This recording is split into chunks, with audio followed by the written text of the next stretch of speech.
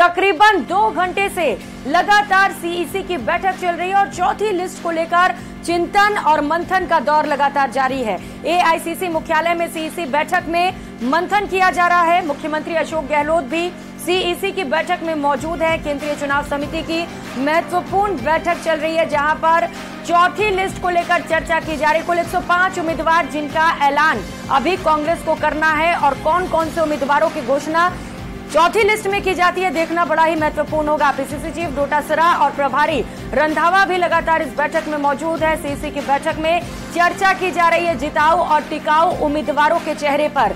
राहुल गांधी से लेकर सोनिया गांधी भी इस बैठक में शामिल हैं। सभी दिग्गज चौथी लिस्ट पर लगातार मंथन कर रहे हैं। साथ ही साथ आपको बताते चले कि काजी निजामुद्दीन और अमृता धवन सहित गौरव गोगोई भी इस बैठक में शामिल हैं।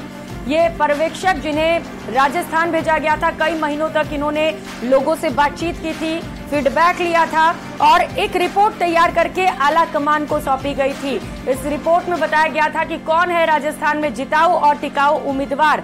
शेष बची सीटों पर जल्द ही मोहर लगेगी और 95 सीटों पर आपको बताते चले कि प्रत्याशियों का ऐलान हो चुका है। तो आपको बता दें, कांग्रेस जल्द ही कुछ सीटों के लिए टिकट घोषित कर सकती है। ये बड़ी खबर इस वक्त की आपको बता रहे हैं। दिल्ली में बैठक का दौर लगातार जारी है और बैठक के बाद लिस्ट जारी हो जाएगी। सूत्रों की माने तो कांग्रेस 50 से 60 सीटों पर जल्द नामों का ऐलान कर सकती है। इन सीटों पर नाम की घोषणा की जा सकती है। इसके लिए बैठक में मुहर लगेगी। अभी तक 95 नामों की घोषणा कांग्रेस की ओर से हो चुकी है। 105 नाम बचे हुए हैं। वहीं आज की बैठक के बाद बताया जा रहा है कि 50 से 60 नामों की लिस्ट जारी होने की संभावना है। सूत्रों की माने तो बैठक में सभी 105 नामों पर बात फाइनल हो जाएगी और आज हो सकता है कि बैठक खत्म होने के बाद 50 से 60 नामों का ऐलान भी कर दिया जाए। तो बड़ी सूचना इस वक्त की आपको बता रहे हैं। दिल्ली से यह बड़ी खबर, जहां पर कांग्रेस की ओर से सीईसी की बैठक की जा रही है। कुल 105 दावेदार जिन्हें अभी मैदान में उतारना बाकी है, उनके नामों को लेकर चिंतन और मंथन किया जा रहा है। जिताऊ के साथ साथ टिकाऊ उम्मीदवार ढूंढने की भी कोशिश लगातार कांग्रेस की ओर से की जा रही है और 105 नामों को लेकर इस वक्त तमाम दिग्गज नेता जो कांग्रेस के इस बैठक में मौजूद हैं, वो लगातार चिंतन और मंथन कर रहे हैं। चौथी लिस्ट पर मंथन किया जा रहा है और माना जा रहा है कि इस बैठक के खत्म होते ही कभी भी उम्मीदवारों के नामों का ऐलान कांग्रेस की ओर से किया जा सकता है। तो फिलहाल 105 में से बताया जा रहा है कि 50 या 60 सीटों पर नाम जल्द ही कांग्रेस जारी कर सकती है। अब सबकी निगाहें यहाँ पर टिकी हुई हैं। जो टिकटार्थी लगातार दिल्ली पहुंचे हुए थे, मुख्यालय पहुंचे हुए थे, आलाकमान से मुलाकात कर रहे थे, उनके दिलों की धड़कनें बढ़ी हुई और सभी सोच रहे हैं कि आखिर कौन से वो उम्मीदवार कांग्रेस चुनावी मैदान में उतारेगी जिसके दम पर एंटी इनकम्बेंसी को कांग्रेस मात दे पाएगी।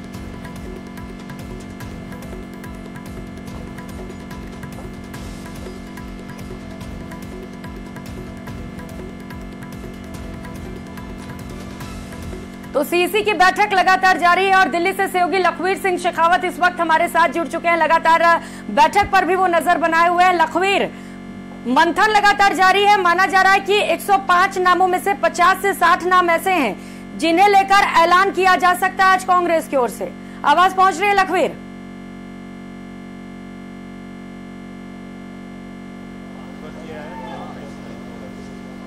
जी बिल्कुल, करीब 2 घंटे से बैठक जारी है और आज जो 105 सीटें हैं उनको लेकर मंथन होना है, क्योंकि भारतीय कांग्रेस पार्टी ने 95 सीटों पर अपने प्रत्याशियों का ऐलान कर दिया है, लेकिन अभी तक भी 105 सीटें फंसी हुई हैं, जिसको लेकर लगातार मंथन का दौर जारी है। कल स्क्रीनिंग कमेटी की बैठक करीब 6.5 घंटे हुई, जिसके बाद अब सीईसी की बैठक जारी है। इस सीईसी की बैठक इस लिहाज से भी महत्वपूर्ण है क्योंकि अब तक 95 प्रत्याशियों का जो ऐलान हुआ उसमें मौजूदा विधायकों को जगह दी गई है।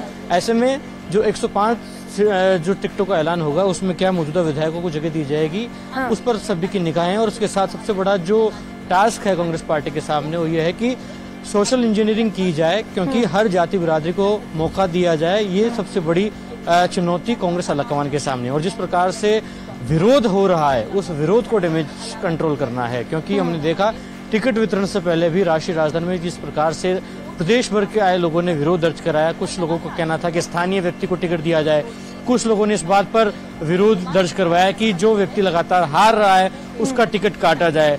कई लोगों का कहना था युवाओं को मौका दिया जाए। कई लोग इस बात पर विरोध कर रहे थे कि जो दल बदल कर आए हैं उन पर विश्वास नहीं जताया जाए। ऐसे में कांग्रेस पार्टी का जो मूल कार्यकर्ता है उसका हक मारा जाएगा।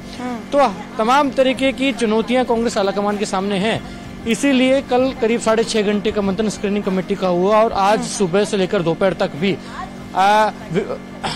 औपचारिक और अनौपचारिक चर्चाएं हुई हैं। और उसके बाद ये जो तमाम नेता हैं वो सीईसी की बैठक में शामिल होने आए। हालांकि अब कुछ देर बाद सोनिया गांधी इस बैठक से निकलने वाली है। सिक्योरिटी थोड़ा अलर्ट हुई है। इन तमाम नेताओं के निकलने के बाद इंतजार रहेगा चौथी सूची का कि क्या चौथी सूची का ऐलान कांग्रेस पार्टी आज करेगी, क्योंकि करीब 60 से 70 सीटों पर सहमति बन गई है।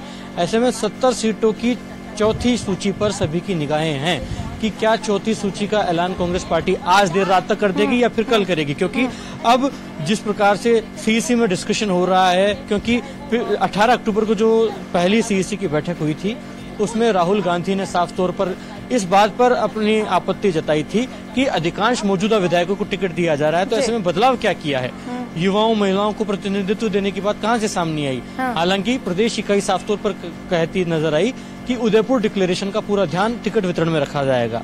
ऐसे में साफ तौर पर कहा जा सकता है कि जो अब चौथी और पांचवी सूची आएगी उस पर उसका इम्पैक्ट भी देखने को मिल सकता है। ज्यादा से ज्यादा महिलाओं और युवाओं को प्रतिनिधित्व चौथी सूची में कांग्रेस पार्टी देने का प्रयास करेगी।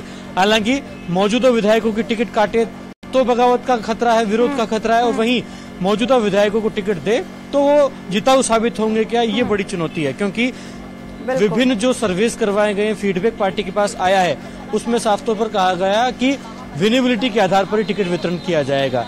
लेकिन कार्यकर्ताओं में और दावेदारों में इस बात का भी आक्रोश है कि अगर तमाम तरीके के सर्वेस करवाए गए हैं, फीडबैक पार्टी के पास आया है विभिन्न प्लेटफॉर्म से, उसके बावजूद मौजूदा विधायकों को टिकट दिए जा रहे हैं, तो फिर बिल्कुल लखवीर, कांग्रेस के सामने बड़ी चुनौती इसीलिए भी है क्योंकि अगर मौजूदा विधायक के टिकट काटे जाते हैं तो उनकी नाराजगी झेलनी पड़ेगी।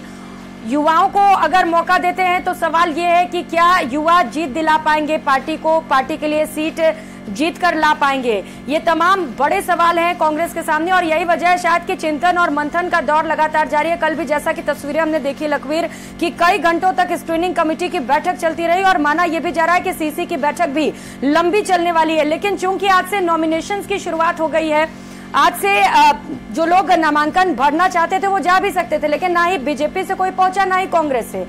अब तो जल्द से जल्द लिस्ट जारी करनी होगी। 6 तारीख तक का ही समय है अब पार्टियों के पास।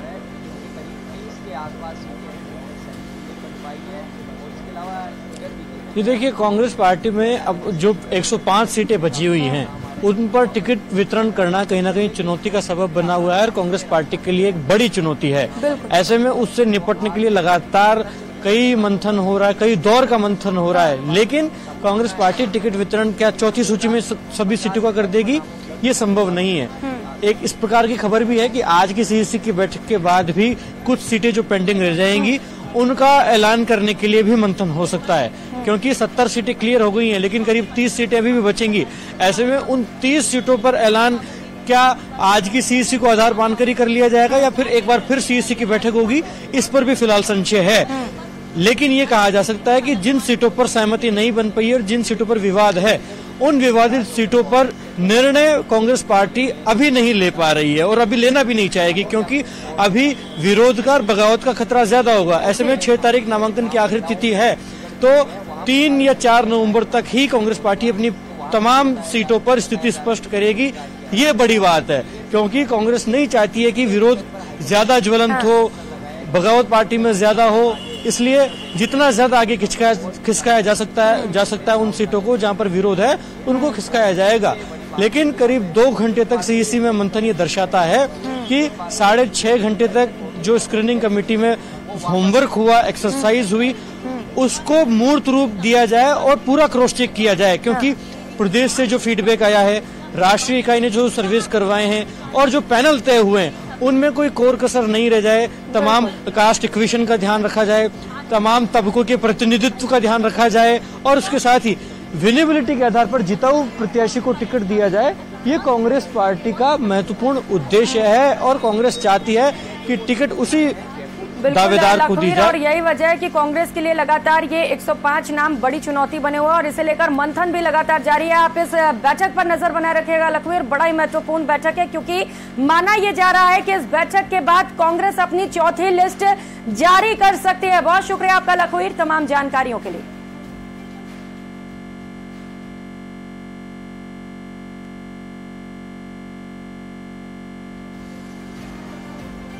और इसी बीच दिल्ली से बड़ी खबर सामने आ रही है, माफ कीजिएगा जयपुर से मिल रही बड़ी खबर आपको बताते चले। सरकारी कर्मियों के लिए बड़ी खबर सामने आ रही है। डीए में 4% बढ़ोतरी और बोनस को मंजूरी मिल गई। एक और बड़ी सौगात मिली है, दिवाली का बम्पर तोहफा कह सकते हैं। डीए में 4% बढ़ोतरी और बोनस को मंजूरी दी गई है। सरकारी कर्मचारियों के लिए ये बड़ी खबर और खुशी की खबर हम बता रहे हैं। सरकारी कर्मियों के लिए बड़ी राहत की खबर सामने आ रही है। डियरनेस अलावेंस यानी कि महंगाई भत्ते में 4% बढ़ोतरी की गई है और बोनस को भी मंजूरी मिल गई है। दिवाली से पहले एक बड़ा तोहफा मिला है सभी सरकारी कर्मचारियों को।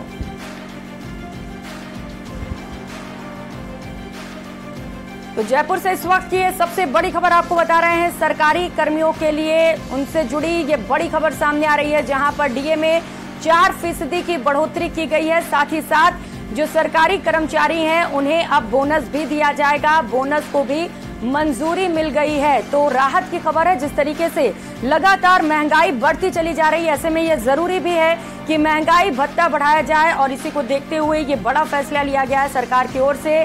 सरकारी कर्मचारियों के लिए एक बड़ी राहत की खबर सामने आ रही है, जहां पर डियरनेस अलावेंस में महंगाई भत्ते में 4% की बढ़ोतरी कर दी गई है। तो जो कर्मचारी महंगाई के चलते परेशान थे उन्हें अब कुछ राहत जरूर मिलेगी। साथ ही साथ बड़ी खुशी की बात यह है, अच्छी खबर यह है कि महंगाई भत्ते के साथ साथ बोनस को भी मंजूरी दे दी गई है।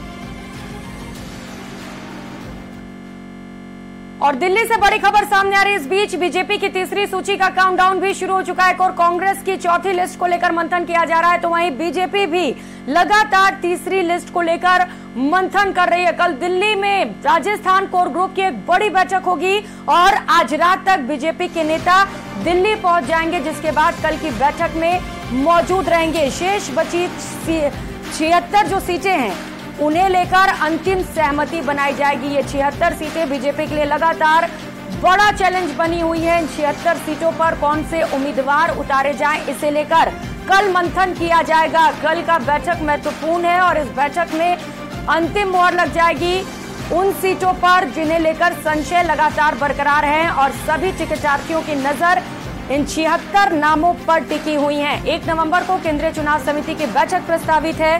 भाजपा सीईसी बैठक में प्रत्याशियों के नाम पर अंतिम मुहर लगेगी, तो कल भी चर्चा की जाएगी और 1 नवंबर को जो सीईसी की बैठक होने वाली है, इस बैठक में इस लिस्ट पर फाइनल मुहर लग जाएगी।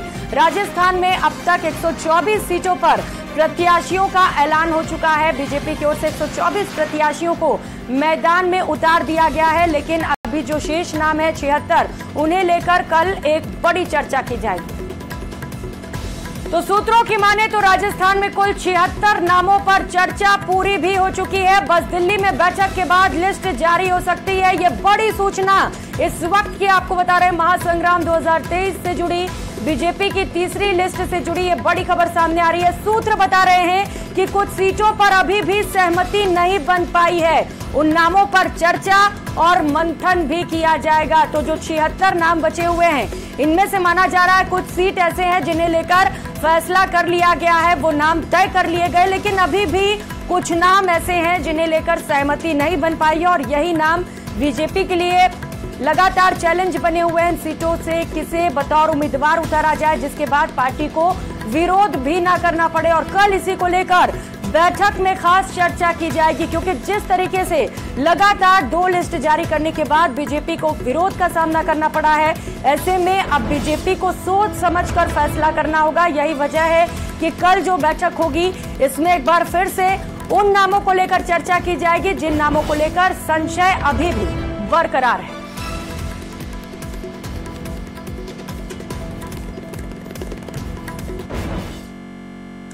तो वहीं कांग्रेस और बीजेपी वोट पाने के लिए नेता क्या कुछ नहीं करते, जानने के लिए देखिए हमारी ये खास रिपोर्ट। प्रदेश की सियासत में टोटके की एंट्री, जीत के लिए नंगे पांव नेताजी, मीठी दही खाकर प्रचार की शुरुआत, उम्मीदवार को फलों से तोला गया।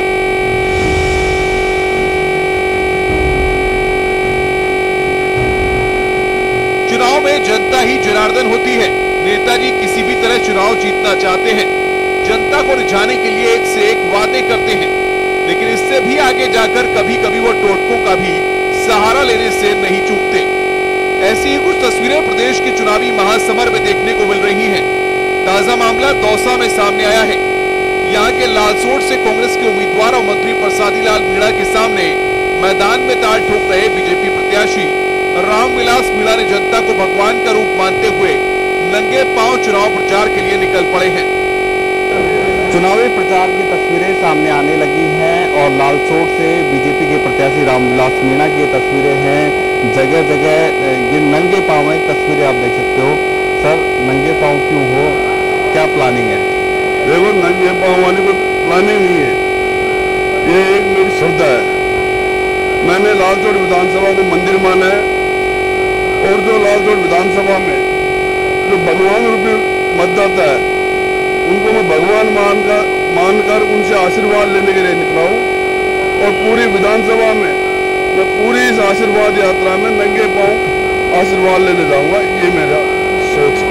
अभी आपने दही और एक मीठा खाया, इसके पीछे क्या उद्देश्य है? ये तो शगुन होता है, यहाँ से हमारे शेर जी ने विजय का शगुन के लिए दही और मीठा खिलाया। वहीं रामविलास मीणा ने कांग्रेस प्रत्याशी प्रसादी लाल मीणा को अहंकारी बताते हुए कहा कि जनता ने उन्हें विदा करने का मन बना लिया है। आपके सामने बहुत बड़े जो राजस्थान के मंत्री रहे थे प्रसादी लाल जी, वो है, तो उनसे किस प्रकार की टक्कर मान रहे हो? कितना नहीं, बहुत बड़े मंत्री तो है लेकिन बहुत बड़े अहंकारी भी है। और आज के इस युग में जब सतयुग में अहंकारी रावण जैसों का पद हुआ है, रावण जैसों का संहार हुआ है, तो लालसोट की जनता ने ऐसे अहंकारी को ऐसे विदा करने का मन बना लिया। भले ही रामविलास मीणा जनता को भगवान बता रहे हैं, लेकिन देखना होगा कि जनता उन्हें वोट के रूप में अपना आशीर्वाद देकर विधानसभा भेजेगी या नहीं। ये आने वाले चुनाव के नतीजे ही बताएंगे। न्यूज़ 18 राजस्थान के लिए दौसा से आशीष शर्मा की रिपोर्ट।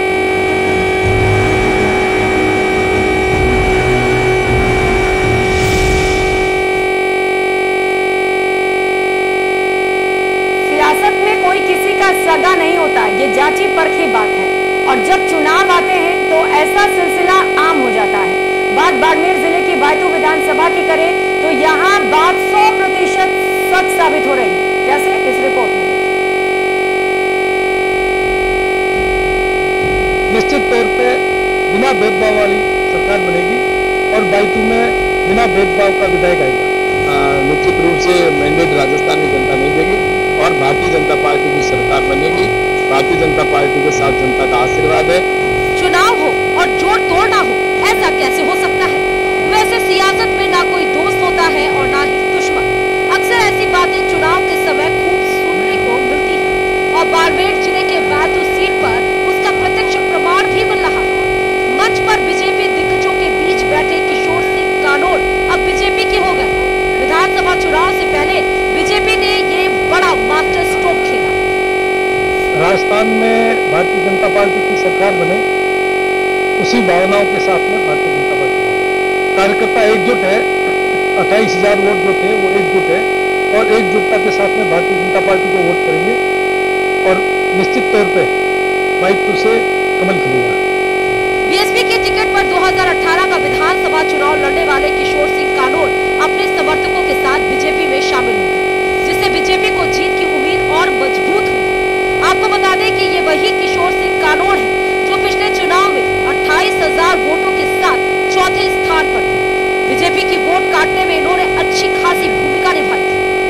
निश्चित रूप से आज हमारा परिवार हमारे साथ वापस आया है और जैसा कि किशोर सिंह जी पहले भारतीय जनता पार्टी में थे और इनके पूरे जो समर्थक थे वो भाजपा में थे, लेकिन किसी कारणवश पिछली बार उन्होंने बसपा से चुनाव लड़ा, लेकिन आज उनके समर्थकों सहित आज इन्होंने भारतीय जनता पार्टी ज्वाइन की है, जिसमें हजारों की संख्या में यहाँ पर लोग उपस्थित हुए और इनके आने से निश्चित रूप से भारतीय जनता पार्टी और ताकतवर बनी है। जीत के लिए पार्टियां साम दाम दंड भेद सब कुछ अपनाती हैं। ऐसे में बीजेपी ने भी जीत पक्की करने के लिए किशोर सिंह कानोड़ को अपने पाले में कर लिया है, लेकिन पार्टी की ये कोशिश कितनी कामयाब होगी ये चुनाव नतीजे तय करेंगे। न्यूज़ 18 राजस्थान के बाड़मेर से प्रेम दान की रिपोर्ट। विधानसभा चुनाव की रणभेरी के साथ ही बालोतरा जिले की बायतू विधानसभा की तस्वीर भी साफ हो गई। यहाँ त्रिकोणीय मुकाबला है। कांग्रेस ने पंजाब प्रभारी और सीडब्ल्यूसी सदस्य हरीश चौधरी के ऊपर एक बार फिर विश्वास जताते हुए चुनावी मैदान में उतारा है और हरीश चौधरी ने अपना प्रचार प्रसार भी शुरू कर दिया है। हरीश चौधरी ने कहा कि वो 5 सालों में हुए विकास कार्यों को लेकर जनता के बीच जाएंगे। साथ ही ये भी कहा कि उन्हें विश्वास है कि बायतू की जनता उन्हें अपना आशीर्वाद देगी। आगे उन्होंने क्या कुछ कहा, देखिए। राजस्थान में विधानसभा के चुनाव की बुलबुल बजने के बाद में लगातार नेता अब फील्ड में जा रहे हैं और बाड़मेर जिले की बायतू विधानसभा पे पिक्चर अब लगातार क्लियर हो गई है और इसके साथ ही त्रिकोणीय संघर्ष हो गया है, क्योंकि आरएलपी ने उम्मीदवार, बीजेपी ने बालाराम और कांग्रेस ने हरीश चौधरी को ऊपर दांव खेला और हरीश चौधरी लगातार लंबे समय से क्षेत्र में सक्रिय है। इससे बातचीत करेंगे किन मुद्दों को लेकर के इस बार विधानसभा में जा रहे हैं। बढ़ते हुए बायतू हर दिशा में आगे बढ़े।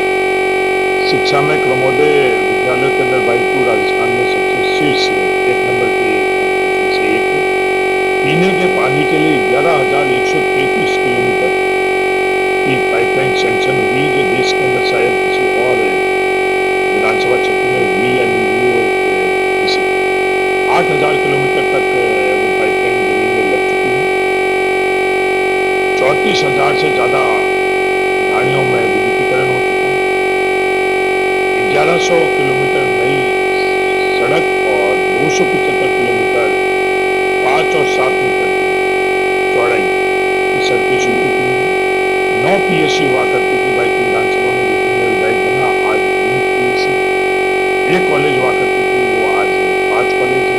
300 राजस्व गाँव है, 38 ग्राम पंचायत है, 3 उप तहसील है, 2 तहसील है। हर दिशा के अंदर बायतू आगे बढ़ा, भविष्य के अंदर किसी दिशा के अंदर बायतू आगे बढ़ा। किसानों के संदर्भ के अंदर मैंने मेरे विधानसभा क्षेत्र के लिए 220 किलोमीटर GSS के जो गोडाउन के कारण सुप्रीम कोर्ट में पाबंदी लगी थी, वो वहाँ से हटवा कर उसका काम भी शुरू कर दिया। 132 बाटाड़ों के नेतृत्व में 132 किलोमीटर GSS की संख्या 500 ट्यूबवेल कनेक्शन हुआ करते थे, जिसमें मतलब बना आज 2000।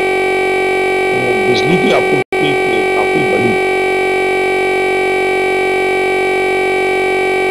प्रदेश में आज से नामांकन प्रक्रिया शुरू हो चुकी है, जिसके तहत सुबह 11 बजे से लेकर दोपहर 3 बजे तक ही नामांकन पत्र जमा कराए गए। नामांकन पत्र जमा करने की आखिरी तारीख 6 नवंबर है।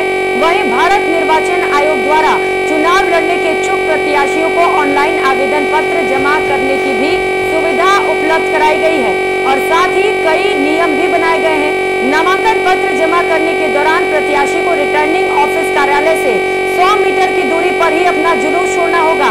साथ ही प्रत्याशी के साथ अधिकतम 5 लोग ही नामांकन पत्र जमा करने के लिए रिटर्निंग ऑफिसर के कार्यालय में जा सकते हैं।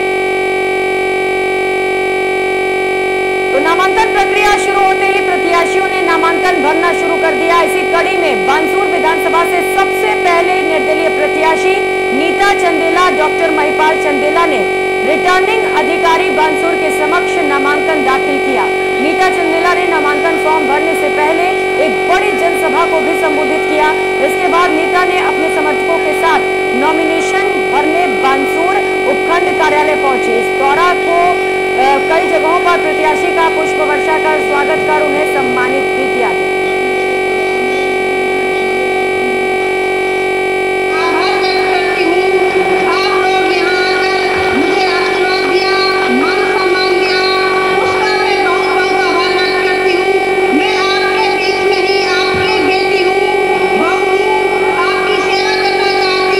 अरे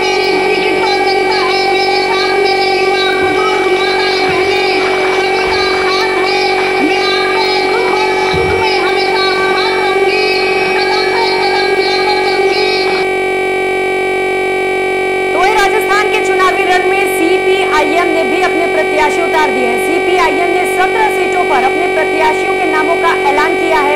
सीपीआईएम के राज्य सचिव अमरा राम ने कांग्रेस गठबंधन को लेकर कहा कि गठबंधन की राज्य स्तर पर कोई भी चर्चा नहीं हुई है।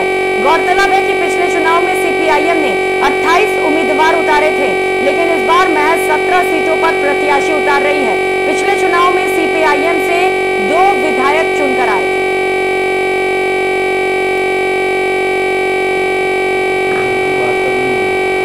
सेंटर से जरूर उन्होंने किए, लेकिन आज तक भी किसी तरह का नतीजा, क्योंकि ये उनकी जिम्मेदारी है, लेकिन किसी तरह की आज की तारीख में वो अपना ही नहीं चलता पाए। क्योंकि पहले की बात थी वो करते, आज तो नॉमिनेशन फाइल हो रहा है, नोटिफिकेशन जारी हो गया।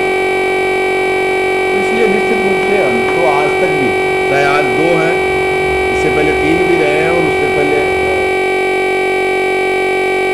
सवाई माधोपुर में विधानसभा चुनाव को लेकर पुलिस पर मनमानी तरीके से सख्ती का आरोप लगाते हुए किरोड़ी लाल मीणा समर्थकों के साथ कलेक्ट्रेट पहुंचे और पुलिस के खिलाफ जमकर नारेबाजी की।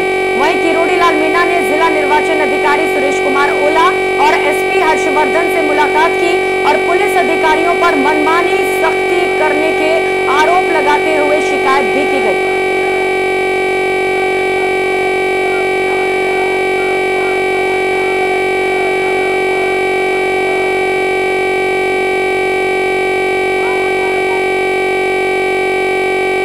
जयपुर में न्यूज 18 राजस्थान की स्पेशल डिबेट देखिए विधानसभा से लाइव। चुनाव एक्सप्रेस रात 7:56 पर। पब्लिक का ख्याल खटाखट, नेताजी से जवाब कट टू कट। अरे ध्यान किधर है? चुनावी कंटेंट का किंग इधर है। आ गई आ गई आ गई चुनाव एक्सप्रेस, सिर्फ न्यूज 18 राजस्थान पर।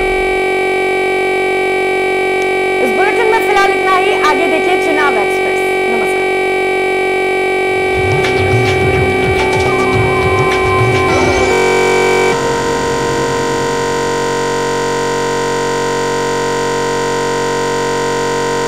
ब्रेक के बाद आप सभी का स्वागत। रुक कर लेंगे जयपुर से मिल रही बड़ी खबर का। राजस्थान पुलिस का ऑपरेशन मदिरा धर लगातार जारी है। 30 घंटे में 6 करोड़ से ज्यादा के अवैध शराब जब्त कर लिए गए। लगातार अवैध शराब के खिलाफ कार्रवाई की जा रही है। कारोबारियों के खिलाफ भी अभियान लगातार जारी है। 28 से लेकर 29 अक्टूबर को अभियान चलाया गया और एक बड़ी कार्रवाई करते हुए 30 घंटे में ही 2 लाख लीटर से ज्यादा शराब जब्त कर ली गई है। जयपुर से ये बड़ी खबर आपको बता रहे हैं। महज 30 घंटे में 6 करोड़ से ज्यादा शराब जब्त कर ली गई है। तो बड़ी सूचना सामने आ रही है, जहां पुलिस की ओर से लगातार अवैध शराब के खिलाफ कार्रवाई की जा रही है। दौसा में सबसे ज्यादा 1 करोड़ की शराब जब्त की गई है, तो वहीं सिरोही, श्रीगंगानगर, जैसलमेर और नागौर में भी इस तरीके की कार्रवाई की गई, जहां पर करोड़ों रुपए के शराब जब्त किए गए हैं। तो 28 से लेकर 29 अक्टूबर का सिर्फ हम जिक्र कर रहे हैं। इस दौरान ये अभियान चलाया गया और महज 30 घंटे के भीतर 2 लाख लीटर से ज्यादा शराब जब्त कर ली गई। एक जिले से तकरीबन 18 लाख की अवैध शराब जब्त हुई है, तो वहीं दौसा में सबसे ज्यादा 1 करोड़ की शराब जब्त हुई है। इसके साथ साथ अलग अलग जिलों में पुलिस की ओर से अवैध शराब के खिलाफ कार्रवाई की गई। तस्वीरें भी आपको दिखा रहे हैं। जो शराब माफिया थे उनमें हड़कंप मच गया और सिरोही से लेकर श्रीगंगानगर, जैसलमेर सहित नागौर में भी पुलिस ने इस तरीके की कार्रवाई को अंजाम दिया है। तो आचार संहिता लागू होने के बाद से ही लगातार पुलिस एक्टिव मोड पर है, प्रशासन भी एक्टिव है। जगह जगह पर जहां बैरिकेड्स लगाते हुए, चेक पोस्ट लगाते हुए पुलिस की ओर से सघन जांच किए जा रहे हैं, तो वहीं एक और मदिरा धर ऑपरेशन के तहत पुलिस ने बड़ी कार्रवाई को अंजाम दिया है।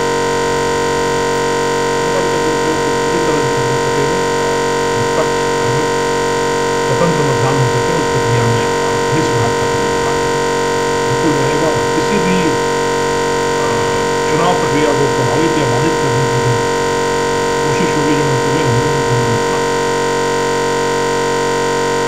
और करेंगे अगली खबर का। कांग्रेस और बीजेपी ने उम्मीदवारों के नामों का ऐलान क्या किया, बवाल मच गया।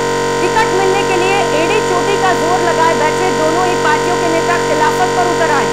बात श्रीगंगानगर जिले की करें तो अभी तक 6 में से 3 विधानसभा सीटों पर दोनों ही पार्टियों ने उम्मीदवार घोषित किए हैं,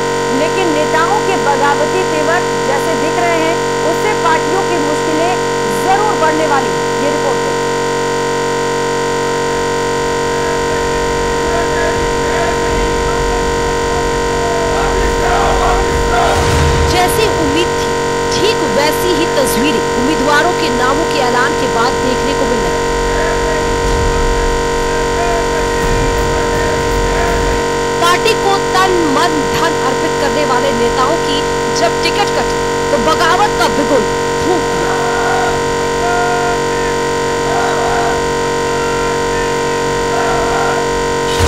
श्रीगंगानगर जिले की 6 विधानसभा सीटों में से बीजेपी और कांग्रेस ने 3 सीटों पर अपने उम्मीदवारों का ऐलान कर दिया, लेकिन नाराज दावेदार इस फैसले के खिलाफ खड़े हो गए।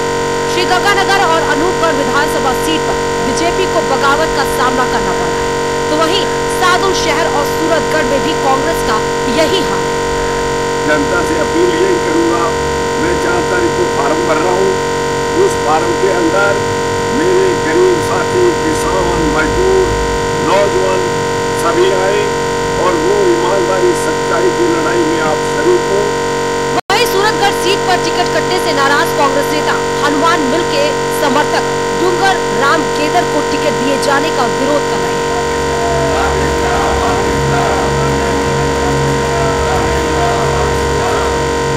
श्रीगंगानगर जिले में बीजेपी ने गंगानगर सीट पर जयदीप बिहारी, राय सिंह नगर सीट पर बलबीर सिंह लूथरा और अनूपगढ़ सीट पर संतोष बावरी को अपना उम्मीदवार घोषित किया, तो वहीं कांग्रेस ने सादुल शहर सीट पर जगदीश चंद्र जांगिर, करणपुर सीट पर गुरमीत सिंह कुन्नर और सूरतगढ़ में डूंगर राम केदर को चुनावी मैदान में उतारा है। 5 साल हो बेटा ग्राउंड में चुरा के बुलाओ तो हनुमानजी नहीं लावे, दुकान पे बुलाओ तो हनुमानजी नहीं लावे, वार्ड में बुलाओ तो हनुमानजी नहीं लावे, कोई जोड़ा की बात है तो हनुमानजी नहीं लावे, गुरुद्वारे की बात है तो हनुमानजी नहीं लावे, चंदे की बात है तो हनुमानजी नहीं लावे। मैं तो ही राज्य मंत्री देखे मुझे 4 साल का एक इनका तो जेल में भी देना पड़ेगा, बता दो। चुनाव सिर पर है और बगावत का झंडा टिकट से महरूम नेताओं ने बुलंद किया हुआ है। हालांकि दोनों ही पार्टियां डैमेज कंट्रोल के दावे कर रही हैं, लेकिन अभी तक इसका असर ग्राउंड पर नजर नहीं आ रहा है। न्यूज़ 18 राजस्थान के लिए श्रीगंगानगर से अशोक कुमार शर्मा की रिपोर्ट।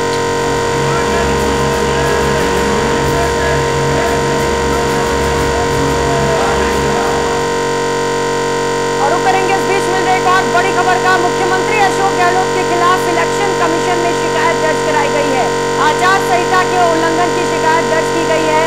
बड़ी खबर आपको बता रहे हैं, सीएम गहलोत के खिलाफ एक और शिकायत दर्ज की गई है। आचार संहिता के उल्लंघन का ये पूरा मामला है जिसे लेकर शिकायत दी गई है। भाजपा के प्रतिनिधि मंडल ने इसे लेकर ज्ञापन भी सौंपा है।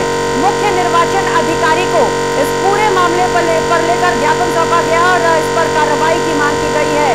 गारंटियों के जरिए लोगों को प्रलोभन दिया जा रहा है, ये आरोप लगाए जा रहे हैं बीजेपी की ओर से, और इसी को लेकर अब शिकायत सौंप दी गई है इसी को यानी कि इलेक्शन कमीशन में। अब देखना है कि इस मामले पर इसी की ओर से क्या कार्रवाई की जाती है। भाजपा के प्रतिनिधि मंडल ने इसे लेकर ज्ञापन सौंपा है। मुख्य निर्वाचन अधिकारी को ज्ञापन सौंपा गया है। शिकायत में कहा गया है